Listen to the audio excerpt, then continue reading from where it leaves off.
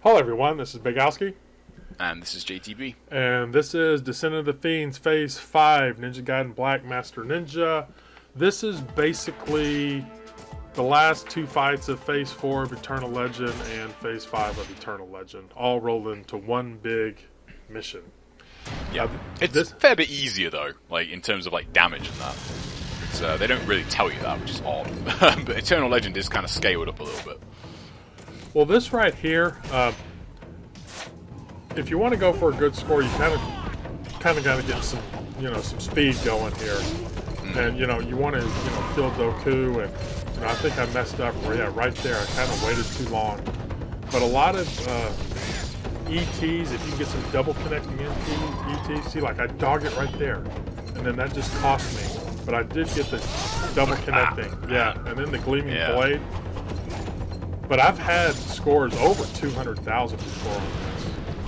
Yeah, that's kind of your bare minimum. Like when you're going for like a full run, you definitely want to get them. Because I mean, man, this damage is insane. It's just me, it's my skill.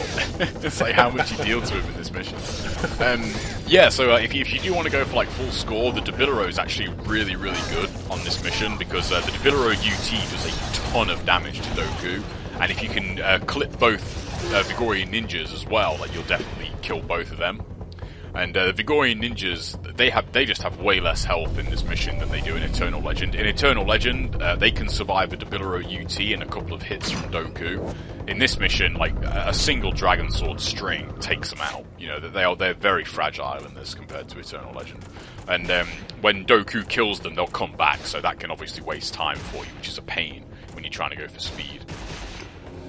Well, here I think this is one of the missions you can use Elixirs and Ninpo on and everything like that. But anything about 190, if you're starting to go for score 190 and above, but try to save your essence, no matter if it's an ET or a UT, to start getting off, killing the cats and everything. Again, that was bad. Now watch this. I do it again. I jump away. It's so bad sometimes. But in order to kind of save the essence, hold the block. You can actually jump towards that chest or the button on the ground. As long as you're holding the block and press Y, it'll press that button or it'll open that chest without you collecting the essence. So that's good to have to be able to start out with either an ET or a UT.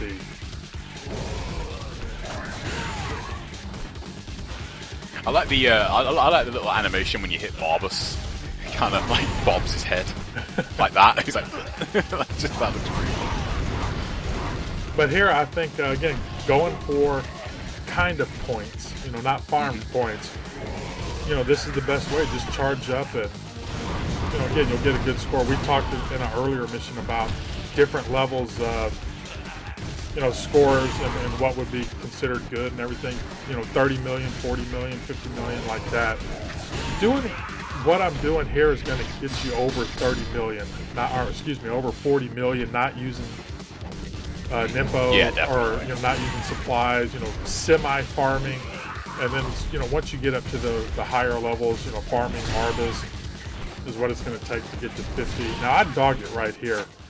I have little health on him, and I should really try to kill him fast, but then I try to get a little greedy, I think. That doesn't connect. Now all I got to do is XXXY him. That's all I had to do with the diving. Just go ahead and kill him, but no, let me try to sneak a gleaming blade in here and get some. I mean, it is still worth more points overall, like in the grand scheme of the mission. But well, I almost get. Yeah, like this is eating into your time now. Yeah, definitely.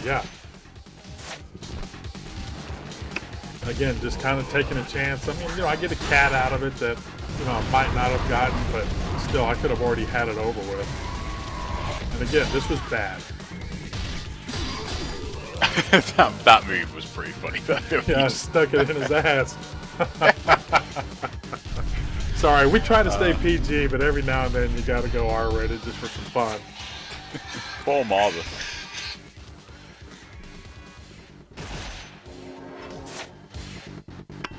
So I think, does he give you any essence? I don't think he does. Good question. He does in Eternal Legend. I can't remember if he does in this one. But here, I've had a score, you know, going into this above 400,000. So, you know, again, it's not my best, but the whole point of this is just to kind of get it on video. Oh yeah, I forgot that they give you the Dark Dragon Blade. That makes really short work of these Berserkers. And there's only 3 in this one versus 4 in the other one. Again, camera control is crucial. Yeah, there's one less, and as you can see, they have like a pretty considerable amount less health than they do in Eternal Legend, which is great because it means you can kill them faster. And again, Berserkers will always give you, you know, those big health orbs. So if you need to get some health back, you can just take that instead of using it. Well, again, learn how to rotate the camera to keep them off screen, because I had them where the Berserker, and of course I missed some of my forward wide, mess up again. Yeah, I start to panic a little bit, but you know, if you have 2 on screen or 2 that come down because you haven't killed the first one, and then it starts to, you know, that you get them both on screen, you could be in trouble. So again, try to kill them, keep the other one off screen. Again, and that right there was the roll into the roll jump to not absorb the essence, and there's the roll jump with the Y to press the button down on that so I don't absorb that essence. And I actually keep my Dark Dragon Blade out here because I've tried it with the Dobby before and missed all of it. Missed everything. Yeah. This usually tracks pretty good. Oh yeah, it does. And the one thing about the Dark Dragon Blade, we've mentioned it before, but the range on the UT for a start is ridiculous. It's like the nunchuck range, but its active frames are actually huge. You don't see it there, but it would be pretty common to see if you use it a lot. Ryu can do that like giant lunge he does with the sword, and if anything kind of walks into it a good like few frames after it's, you know, the animation is over, the UT will actually still start, so it's active for way longer than it actually appears. You know, I got to this mission quite a few times, messed up there with the wall clean. But I probably, and I wish I knew your combo. What is it? XXYB? XY? Yeah, XXYB with the shurikens equipped, and then it's forward Y, XXY. Yeah, see, that's too confusing for me. But I got to this probably, and that always happens to me too, where I try to cancel out with the shuriken, and she always ends up picking me up. It's funny. Yeah. I should have put in some more help because I have it, but anyway, what I was trying to say is I got to this mission quite a few times, and I can't tell you how many times either my hold wire or my flying swallow or a Ninpo would not knock her down, and then my score or my time would end up, you know, going to 0, and then I'd have to start over because I want to show making all the time limits too. But I'm glad that's over with. At least she kind of died cool running into my gleaming blade. Yeah, Nicchae again. She's a lot more like melee focused than like regular Alma. You know, like non-awakened Alma. Right. Which I think makes her a lot easier, actually. Like the projectiles are trickier to dodge, especially in this environment. Like if she was like really projectile happy, I think she'd be a tougher boss. Get weebled. I wish that video was still there. That was so funny. He probably didn't think it was funny when it happened. Now here, just charged up. That's the reason I keep the celerity on. Now, one thing that I do that some of the other players do, I actually roll away from her versus rolling to the side, and that actually kind of hurts me. You know, I should roll. Yeah. Yeah, in general you do, but I mean, it still works. One thing to note about Ishtaros, I can't remember if I mentioned it in a previous video, but when she does her swing move, where she jumps on the chain and swings, if you really want to abuse that, make sure you keep her at one end of the platform, like one of the vertical ends, because she'll always go on one of the chains around you, and if you're kind of tucked away in one of these little corners near these teeth that kind of stick out, there's a very, very, very low chance she'll be able to hit you, whereas if you're in the middle of the platform, she'll hit you very, very frequently.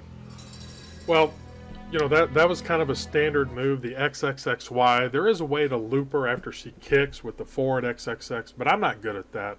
But anyway, that's it for this. I'm going to take a break and make some hard videos.